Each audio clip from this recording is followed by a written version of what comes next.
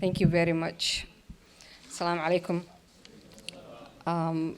Very interesting topic indeed, reconciliation. And I think Abukar was onto something, and maybe we should have gotten to the end of it. This is the problem when the day is long and the agenda is packed, you run out of time for some things.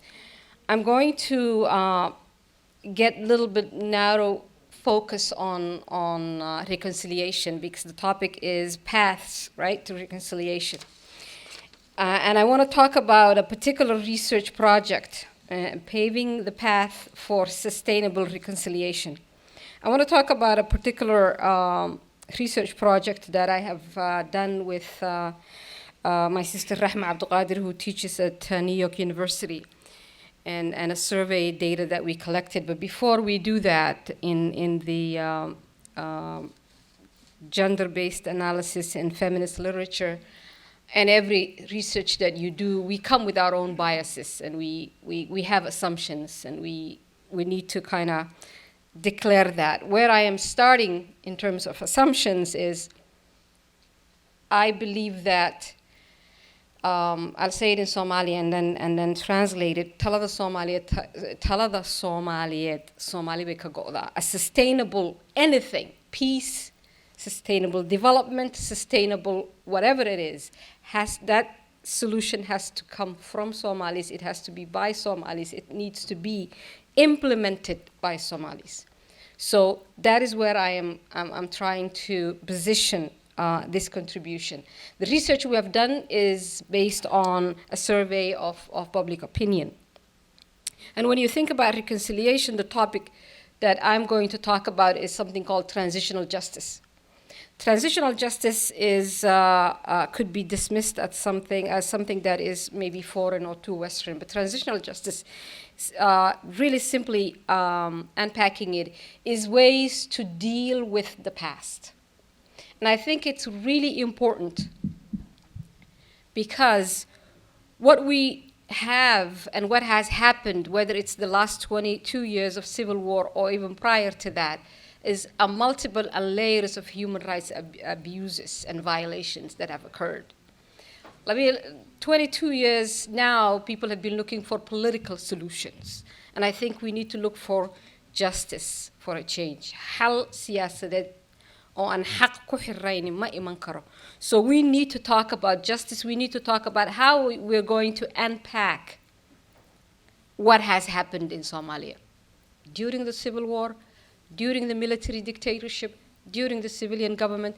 There has been a number of injustices and human rights violations, state-sponsored, you name it, has happened. So that is where we're kind of focusing. And what we thought was, people throw around things like, oh, South Africa's process, oh, Rwanda's process. But I think those of us, especially in the diaspora, need to start engaging in something that, scenario building, peace the day after. Inshallah, Somalia nabad waaye, meelo nabad ha jira. Someday, very soon, Somalia will have political stability and peace. Then immediately after that, we would need to address the injustices that occurred. So that is the premise of this research, and that's when we designed this survey. We said, okay, here is transitional justice literature. It talks about how to police past atrocities. Certain countries in Latin America are dealing with stuff that happened 50, 60, 70 years ago. They're still dealing with it. So that's transitional justice. They're trying to get closure for atrocities that occurred. And some countries like South Africa have dealt with issues in a different way. So what kind of model, what kind of process would work in a place like Somalia? And who better to ask that question than Somalis? This is based on diaspora opinion. It's an opinion research paper, and it's from the diaspora, because we haven't gone to Mogadishu. But now phase 2 of our project is actually partnering with people in Somalia, in Kenya, in the Middle East, to collect data from inside Somalia and the region. And an interesting aspect then would be Are there variations to the opinions of those in North America and Europe, and those maybe in places like Yemen or Kenya or Ethiopia and inside Somalia? What are the opinions, and what kind of models would come out from this? So that is the context and the backdrop. So transitional justice can be conceptualized as a set of eclectic approaches that are used to address systemic and widespread violations of human rights that often occur during authoritarian rule and or war times. So, for instance, there has been some efforts to document and discuss how transitional justice can assist in improving the plight of victims of war crimes in areas of limited statehood as Uganda, Rwanda, Sudan, okay? And other cases remain mostly undocumented and unexplored. When I say that, I'm talking about the literature.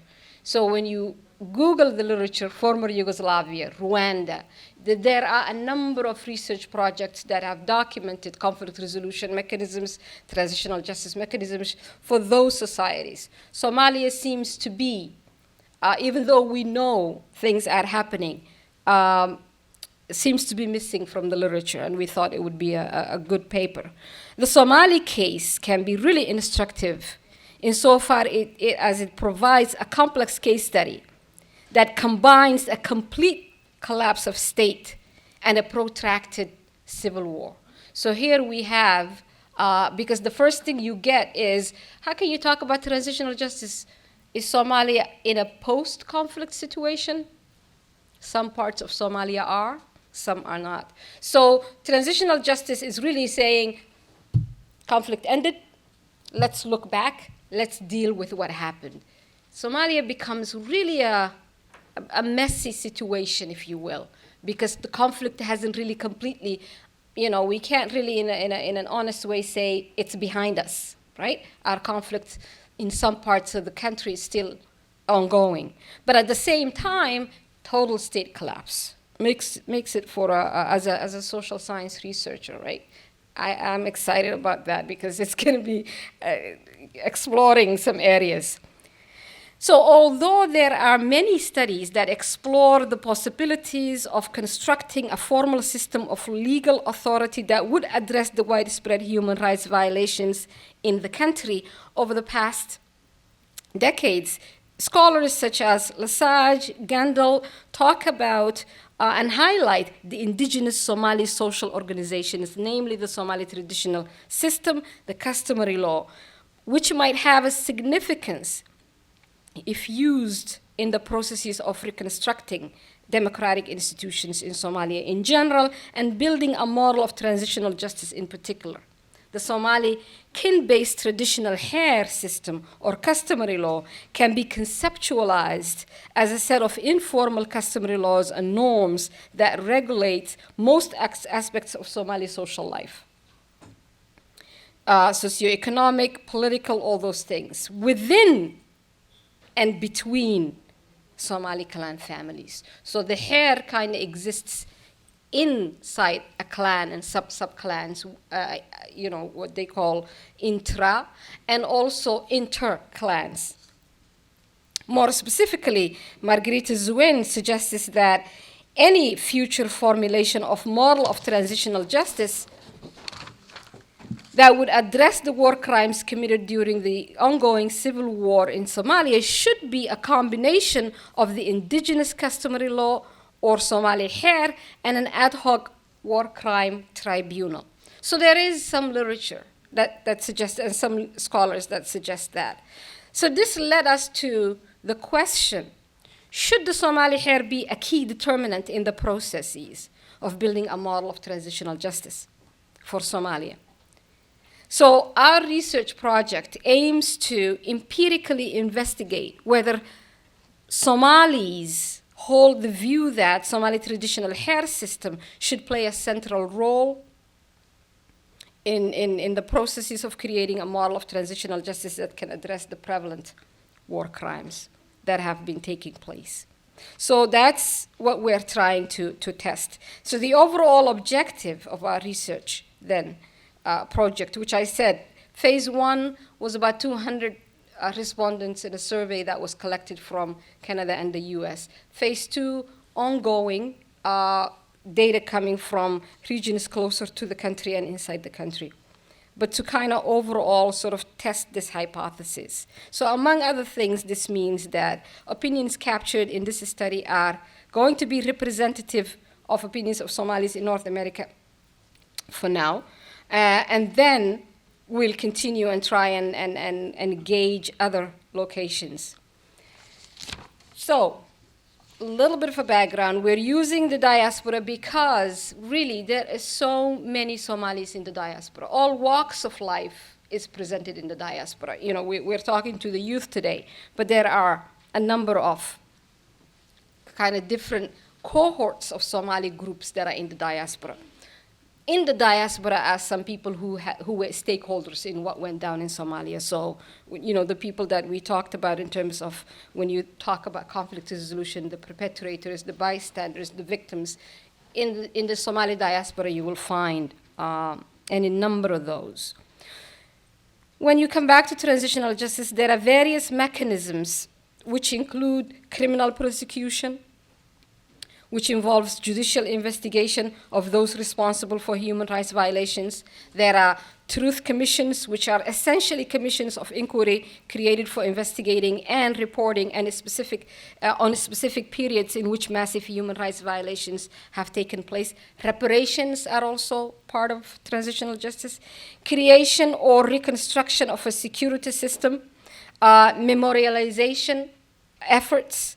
When you really want to talk about transitional justice is you want to make sure what has gone down and whatever atrocities happened are not repeated. So there's a lot of education and memorialization that goes on about what happened so that the younger generation learns about it, but also it's never repeated. It's sort of like that never again after the Holocaust.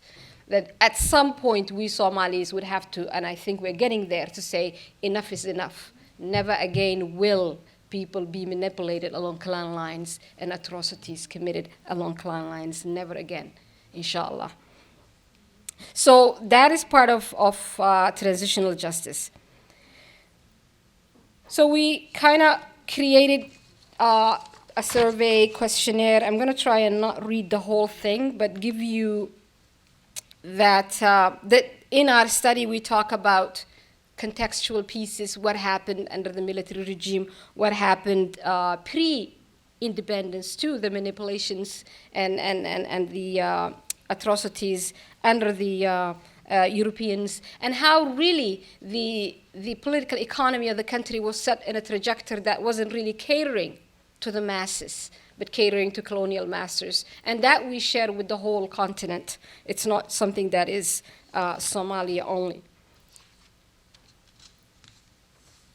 When you do research on Somalia and you try to unpack and document, I am Lewis becomes this figurehead that you kind of have it. But sort of Lewis, among other scholars, concludes that the nation state and societal collapse that took place in Somalia between 88, and it's interesting, he's starting in 88 and 91, was rooted in the fundamental clash between the pastoral base of social relations and the organizational requirements of a modern centralized nation-state power.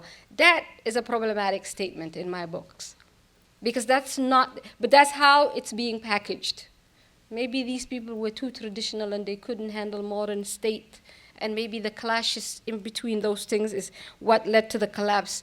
I would beg to differ, and I would say that it has a global political, economic, and equal power relations. Africa is where it's at today because of the history, not because we were too backward and didn't understand the modern nation state. There are many accounts of Somalia's failed state and the reasons for its failure, so I'm not gonna bore you with it, but you know, you can find many people talking about that. What is interesting though, after the state collapse, and when you want to talk about transitional justice, you have to talk about legal frameworks. What is interesting is there is and there has been a plurality of legal frameworks in existence in Somalia. So Andre Lesage says that After the collapse of the Somali central state institutions, the traditional customary law of the Somali hair became one of the several local structures within the Somali society that have worked and to maintain and provide some level of security and a way to address and settle inter and intra-clan conflicts. Over the last 2 decades, the uses of the Somali hair have been documented by few studies. Some of these studies contend that the majority of criminal cases and conflicts are worked through and resolved employing Somali hair. What is interesting is, even if you look at places that were stable like Somaliland, that have government legal frameworks, people have options. People who either have committed crimes against one another can actually opt out of the government legal framework and say, we're going to use the elders, we're going to use Somali hair, we will settle this. And of course, you know, the judiciary system let that happen. So using the Somali hair is real. It's no longer nostalgic, romantic past, but it is occurring. There is also Sharia in play. There is also the national level legal frameworks. So there are multiple legal frameworks that are occurring at the same time. Another scholar, Gandel, talks about the Somali hairs, norms, and traditions and what they are based on. So I'm going to skip that because you don't really need it. We use the diaspora to talk to the diaspora so that we can see their frameworks. I'm going to just sort of skim some of these parts. And just to give you the methodological synopsis, a bit of a methodology that we used, we sort of said, okay, if people hold, you know, the opinion of, and what we used was a 7-point scale, I agree completely, I disagree completely in terms of statements, because we tried to do questions and focus groups, and yeah, it was a bit problematic to get an actual data out of people because the question you asked and what was being answered, not totally related sometimes. We could write about methodology, what not to do in terms of focus groups and Somalis. But then when we said, okay, we want to test if the hair needs to be a determinant in that process. We want to assess if people believe that the hair can be a way to achieve restorative justice. We want to test if Somalis want an ad hoc tribunal process. Those were the hypotheses and the questions that we said we would test. So the combination, kind of like, of the central hypothesis was the expected relationship forms that the central empirical hypothesis regarding the validity of the causal relation espoused in the following thesis, okay? The best transitional justice model possible for Somalia is one that combines the indigenous Somali hair and an ad hoc tribunal for war crimes, because we had to kind of methodologically really clarify what it is that we were testing and what was the hypothesis. In terms of this initial brief written here, we had about 100 respondents, and about 73 of those were valid data, because the others had missing data and we kind of had to skip. So let me not get too stuck in the method. We also we wanted to have statistical numeric as well. So there was also tables and kind of groupings. And we asked people what region they were from. So we wanted to control for region. We wanted to control for gender. So there's a table and a methodology section that details that. But let me share some of the discussions. That it's very interesting. Not everybody had the same understanding of what hair was, because we had urban people, we had rural people who understood what hair was and knew it. And then some people, when you mentioned the word hair, said back to you, hair ka qoyska. And it's like, not that one.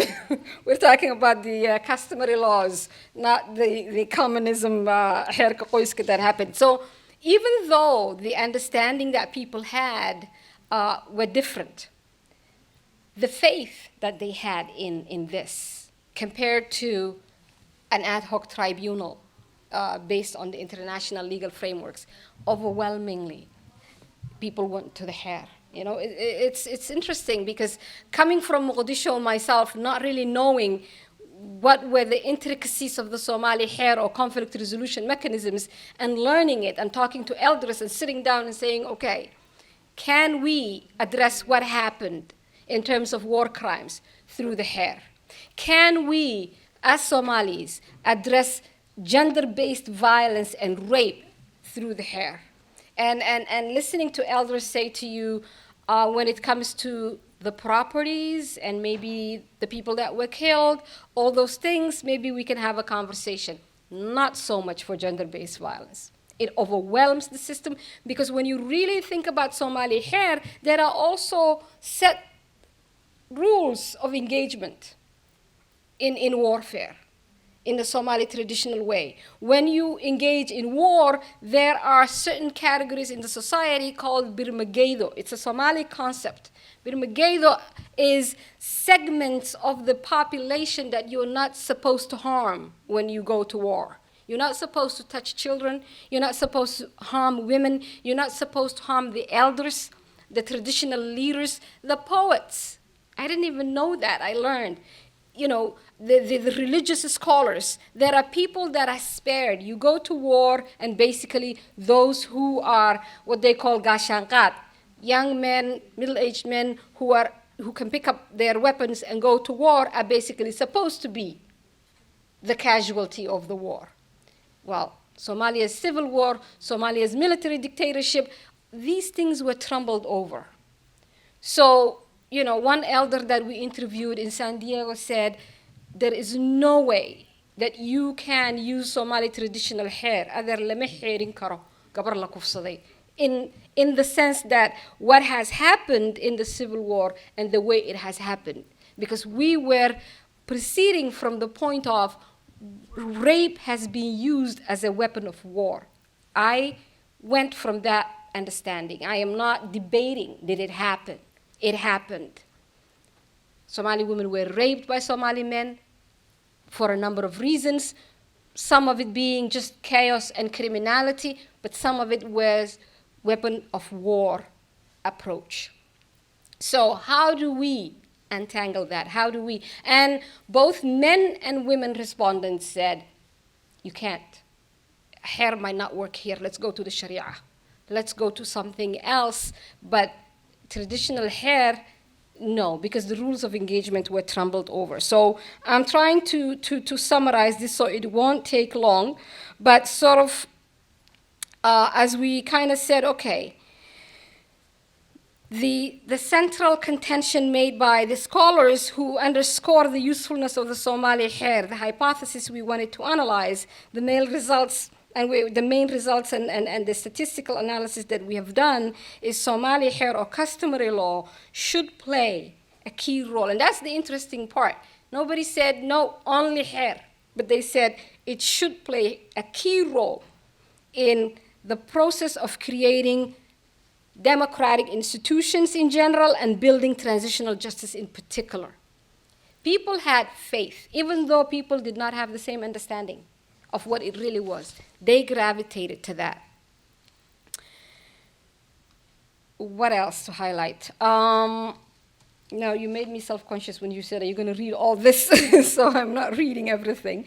But the closer examination of the data also showed that survey respondents, while agreeing with the notion that the Somali hair or customary law should play a key role in the process of creating a model for transitional justice for Somalia, also believed that the customary law would be useful in assisting the country restore the public's faith in the rule of law. It's interesting.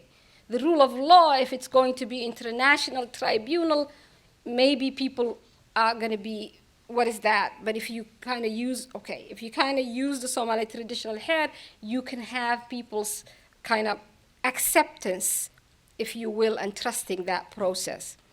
So in addition then, what is, I think, important to underscore is that the ongoing Somali civil war crimes are committed, and here is the thing.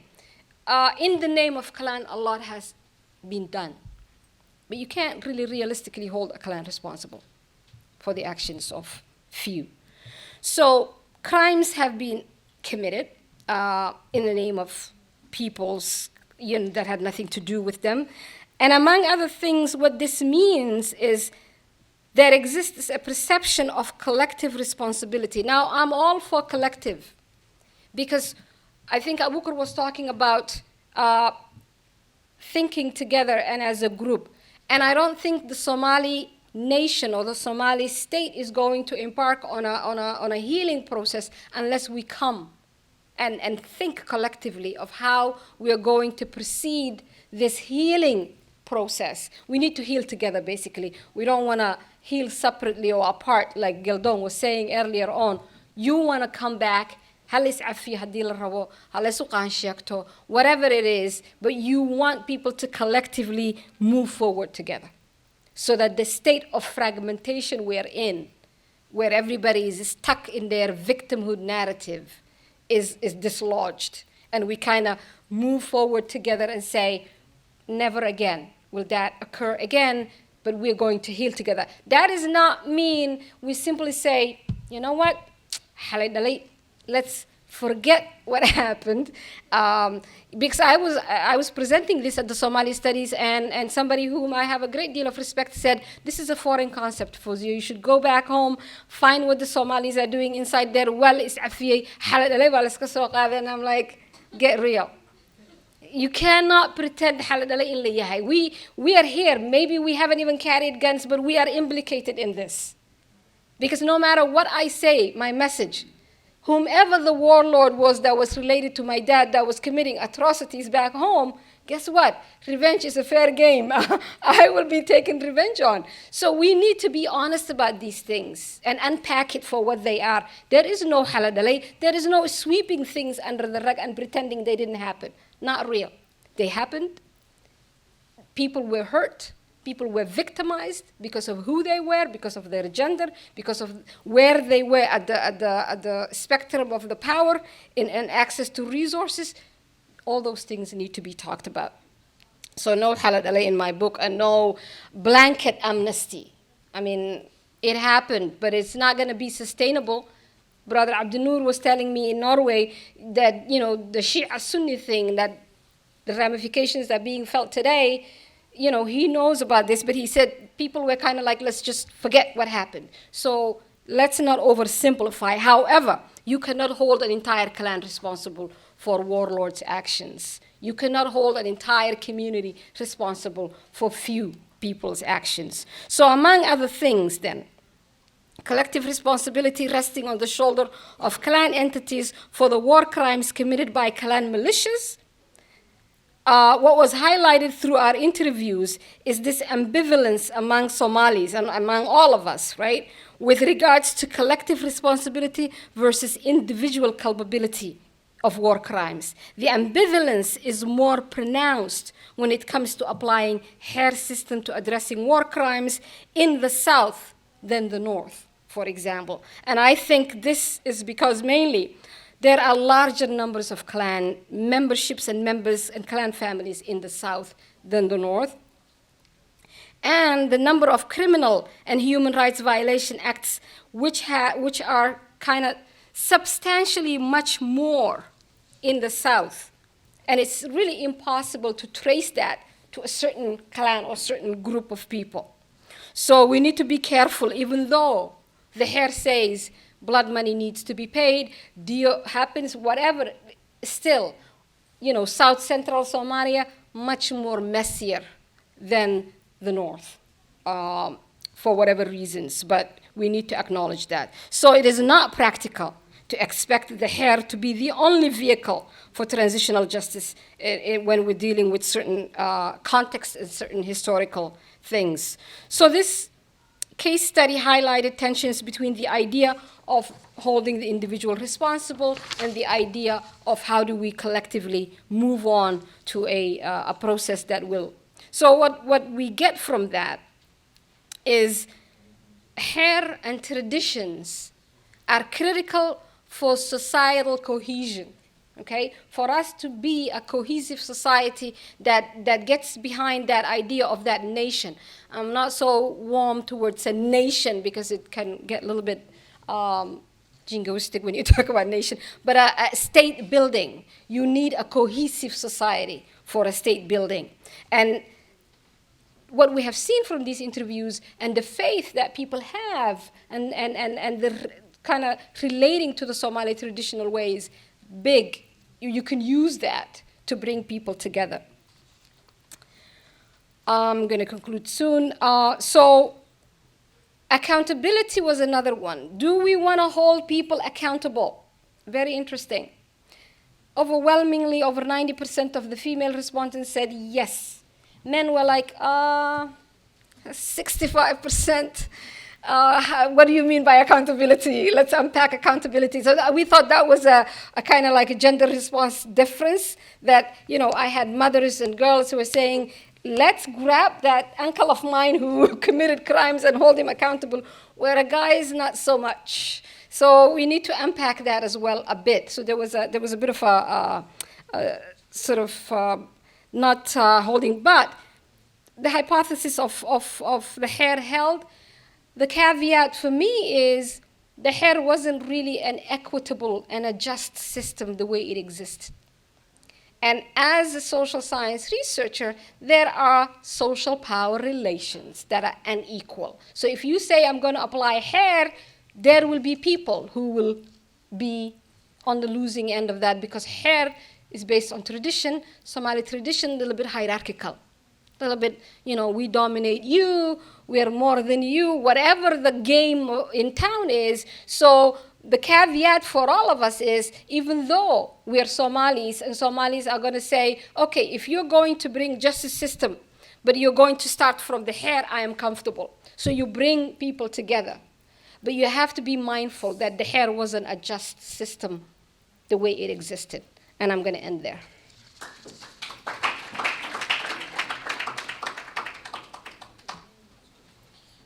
Well, as we all know, this is a very complex and a very important. It is as complex as it is important.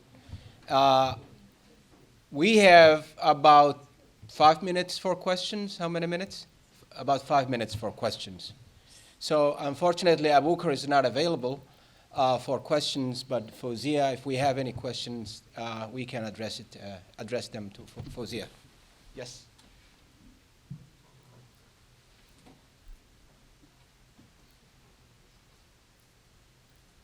بسم الله الرحمن الرحيم سؤال شيء أن ويدين لها فوسيا Somali baan ku hadlay gaar lahada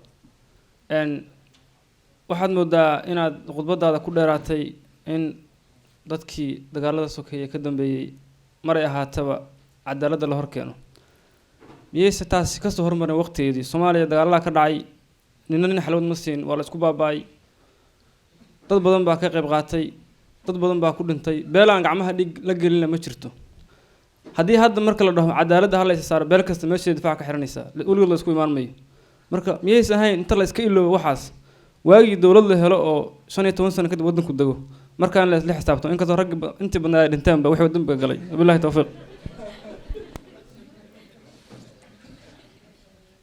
You want to translate the question or? Okay, well, basically wuxuu ka hadlayaa sidee bay applicable u tahay in cadaaladda la hor keeno. No, translating it into English. Okay. Hello. Well, how that can be, how can we bring them to justice, bring all the perpetrators to justice? How is that possible? Is it not going to create a situation where every client gets on the defensive and tries to protect its own perpetrators? Actually, Yes. yeah, combine it. Yes, go ahead, please. Give him the microphone. Sure.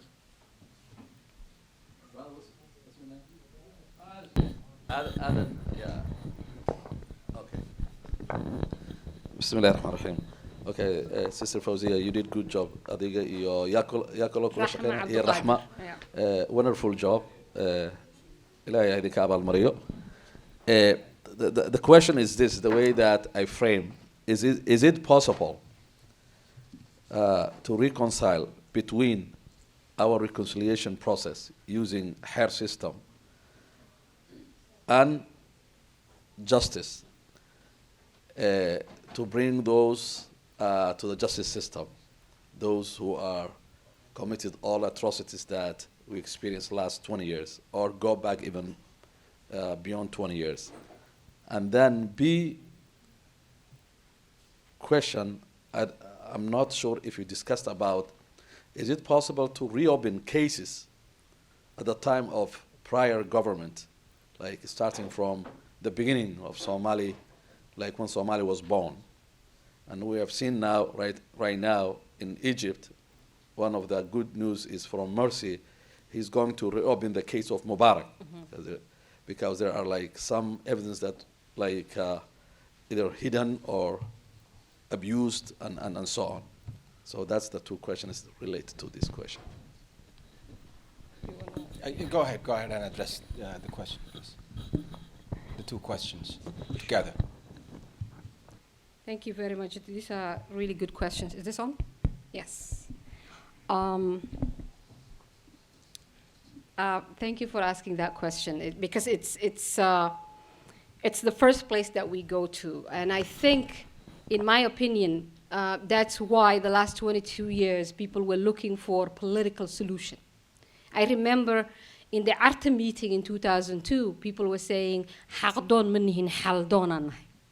right? We're looking for a solution. We're not looking for justice. And even if you get into the literature, conflict resolution literature, transitional justice literature, it's like the chicken and egg. Which one comes first? Do you want peace and the bloodletting stopped? Or do you want to get people to basically get entrenched in their positions and defend themselves? Because if you talk about justice, if you talk about dealing with what happened, you're right, we're going to get there. So I think it's practical. I think su-aasha di weydiisay waxay ahayd macquul miya, right? In the yiraahdo. Right. So is it practical to talk about justice now? Should we wait until like there is a government, strong government, maybe 15 years, maybe 20 years? And when I started my presentation, transitional justice in Latin America, transitional justice is not dealing with current governments. They're dealing with General Pinochet's atrocities now. They're dealing with the FARC and that sort of jabhat. So in a sense, transitional justice really deals with a while back, what happened, let's correct it. However, I think it's time.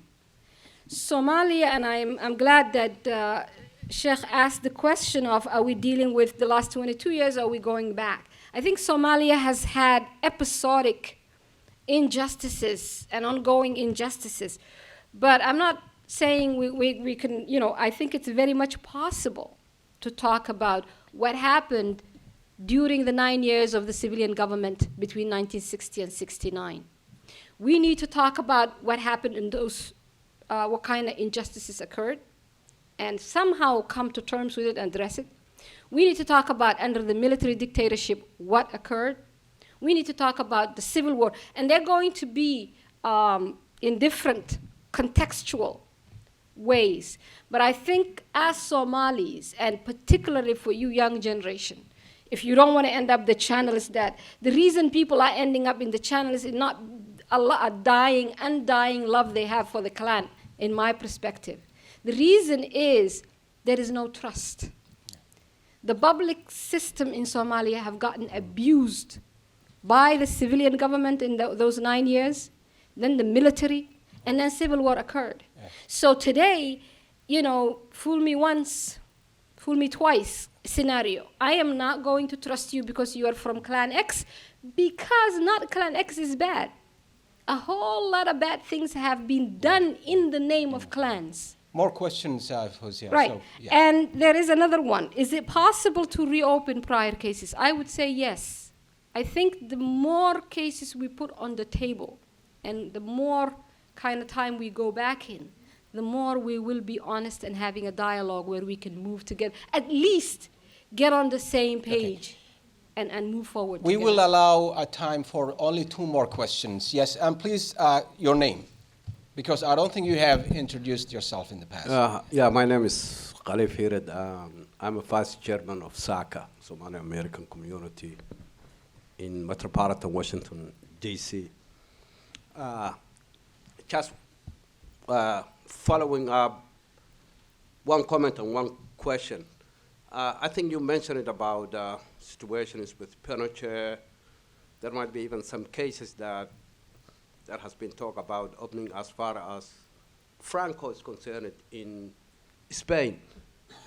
But the dilemma we have is when you're talking about Central America, Hosni Mubarak, you are dealing with a regime that has been replaced while the institutions were intact. In Somalia, we have a situation where 20 years had the military regime was overthrown and there was a transition immediately, whether it's violent or not, at least you have a yardstick to go back to it.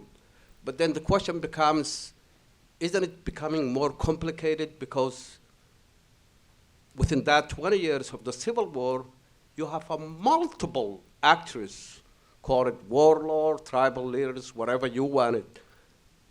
And as time goes, as fragile as the situation is, at what point and what situation shall we seek justice? Because time doesn't wait for the society, it passes. Good. And my comment was, I think when you did the survey for the gender between man and woman on the issue of accountability, I don't think that was a brainer. Of course, most of the atrocity was committed by man. So if the lady said, you know, go get my uncle, if he was criminal, that makes sense. Okay, Thank you. go ahead and address it. Okay. And we will allow after that one question from this side. Please, this, because a lot of crime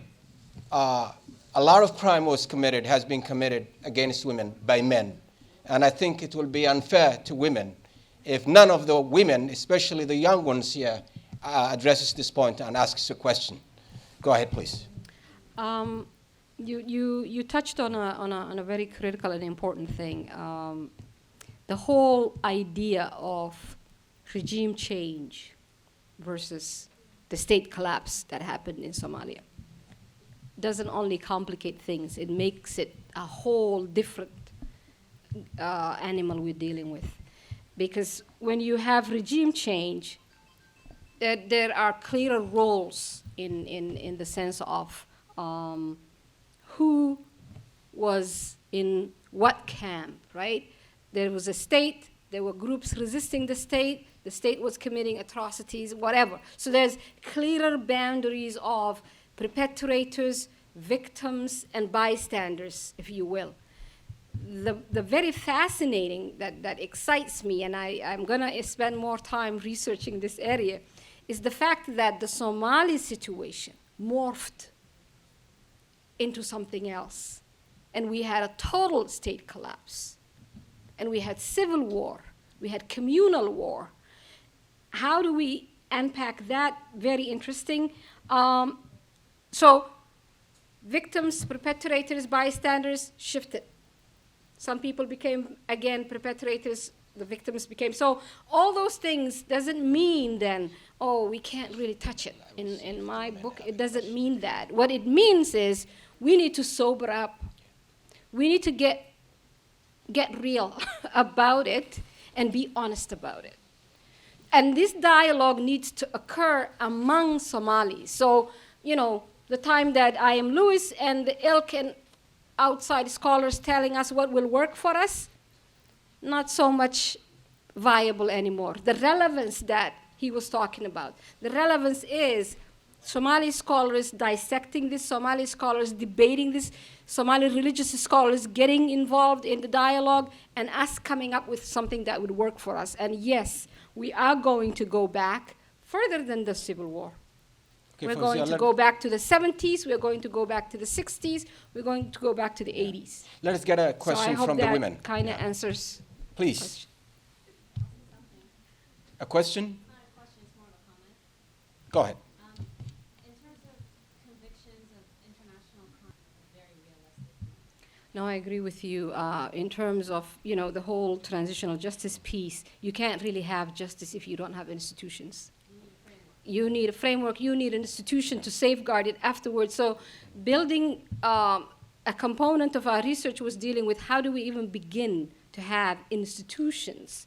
And I would kind of go further and say we need state building, not nation building, state building, and set of rules. You're right, it's not just aid. We need lawyers, we need institutions. The judiciary needs to be really sustained. But what we need to have is institutions that will then, I'm not stuck at persecuting people who died for crimes today. That's not what we're trying to say. What we're trying to say is the crimes that started in the 60s have morphed into something else. And more. So what is missing is a just society. Right, and there has to be people who come together to create a rule of law. Exactly. Justice-oriented rules of law institutions, Very good. absolutely. Very good. I think if something will be missing if we do not mention that when it comes to rape, hair was has never been just when it comes to rape. And Fowsia, I think you need to look at this point because you mentioned hair, and you are also talking about hair in relation to crimes against women.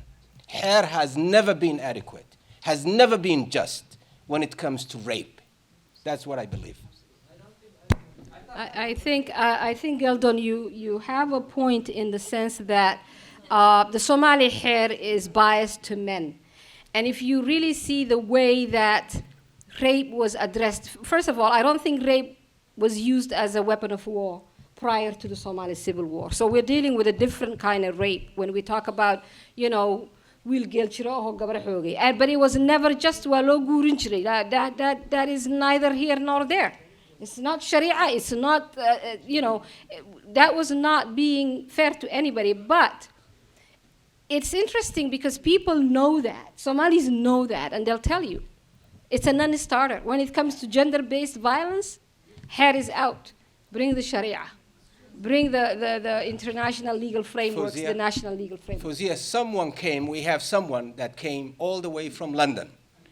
And to honor our great champion, Mo Farah, I'm going to give the floor to Brother Hamza. Yay. Hamza should get the mic. Then that will be the last question on this subject. First of all, thank you for putting me on the spot as well. I have a question. I think for me, it's very difficult to listen to things about culture, tradition, and especially when it comes to hair, because any sort of tradition, any sort of culture is something that's been developed over a period of how many years. So why do we look at hair as something that is so static? Why isn't it that throughout this transitional justice framework that we're trying to develop, and you say obviously hair has certain of its flaws and shortcomings, can we not redevelop this?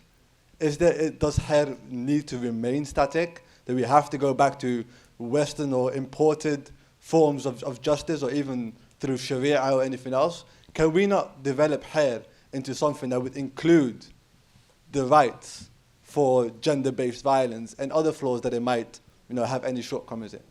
Interesting you asked that question. I think hair, as in any other social institution, is never static. Nothing is static in life, right? Life is very fluid, it's dynamic, it changes with the generations. The way it worked, from what I learned, is because not everybody can account for every crime at any given time. So they would sit under a tree and talk about whether this is a new thing that has never been discussed before, and if have we dealt with these kinds of crimes before, or is this new? If it's a new thing, then they know that they're setting a precedent. It's such a legal, it's amazing, and the only thing that is written about, it's all oral, right? But the Hair Isa is actually written. There's a guy who works for UNICEF. It's in French yet, they haven't translated it. But it's written, and you'd be amazed how many facets and frameworks that are in it. So they would deliberately prolong the discussion because they know this is a new incident, accident, whatever it is, and they're setting a precedent. And later on, they would say, well, X, Y, and Z at that time dealt with this thing, and this is how they dealt with it. Do we want to deal with it the same way if it's something that they have seen before? So it has never been really static. People were always adding to it. It was a socially negotiated contract. So it wasn't rigid and static. But then again, you know, people get very nostalgic and say, no, it was not the hair, don't change it. But I agree with you. It can be modified. And, you know, it's for Somali.